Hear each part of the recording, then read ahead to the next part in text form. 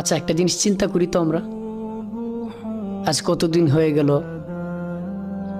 মালিকের একটা সিজদা দেই না, আল্লাহর কাছে কান্নাকাটি করি না। আজ কতদিন হয়ে গেল আল্লাহর কাছে এভাবে বলি না যে আল্লাহ, আমি তো গুনাহগার, আমি তো পাপিষ্ঠ আল্লাহ। তবে আপনি বলছেন বান্দা যদি আল্লাহকে সিজদা দিয়ে মাপ চায়, পাহাড় পরিমাণ গুনাহ আল্লাহ মাফ করে দেন। আল্লাহ, আপনি তো গভীর রাত্রে বান্দাকে ডাকেন,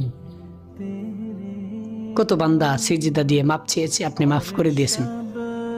আল্লাহ, আমি তো আপনার বান্দা, আমি তো গোলাম, আপনি তো আমার মনিব।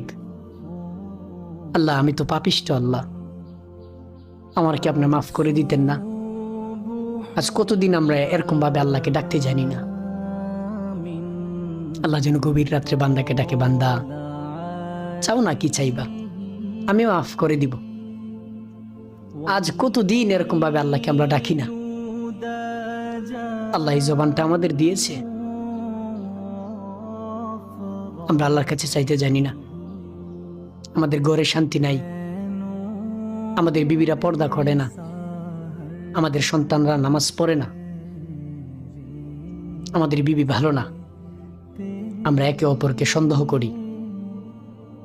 আল্লাহর কসম, যুবক, উত্তম জীবন সঙ্গী আল্লাহর পক্ষ থেকে অনেক বড় নিয়ামত। আজকেই যদি এই ভাইয়ের কথা দিলে টাচ করে, এই ভাইয়ের কথা যদি দিলে অনুভূতি জাগায়, তাহলে আজকেই তাহাজ্জুদের মাধ্যমে আল্লাহর কাছে চাও। গোলামের মধ্যে অনেক শান্তি রে ভাই। প্রতিদিন আল্লাহর কাছে তাহাজ্জুদে বলো, আল্লাহ, আমি তো আল্লাহ কিছু পারি না মাওলা, আপনাকে ভালো করে ডাকতেও পারি না মাওলা। আল্লাহ, আপনি মাফ করে দেন, আমার হায়াতের মধ্যে বরকত দেন, আমার রিজিকে বরকত দেন। এরকম ভাবে আল্লাহর কাছে কান্নাকাটি করেন, আল্লাহ তাআলা দেখবেন, সাথে সাথে মাফ করে দিবে। এত বড় হায়াত, এত বড় জিন্দেগি পেয়ে যদি আমরা গুনাহ মাফ না করাইতে পারি আমাদের, আর কেমনে বললে বুঝবেন রে ভাই? বলেন না আপনি। আমাদের কথা যদি দিলে অনুভূতি না জাগায়, ইসলামের প্রতি যদি না আগায় দিই, আর কেমনে বলতাম আব্বা, কও না?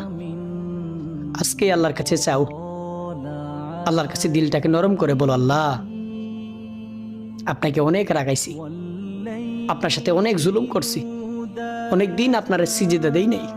আল্লাহ, আজকে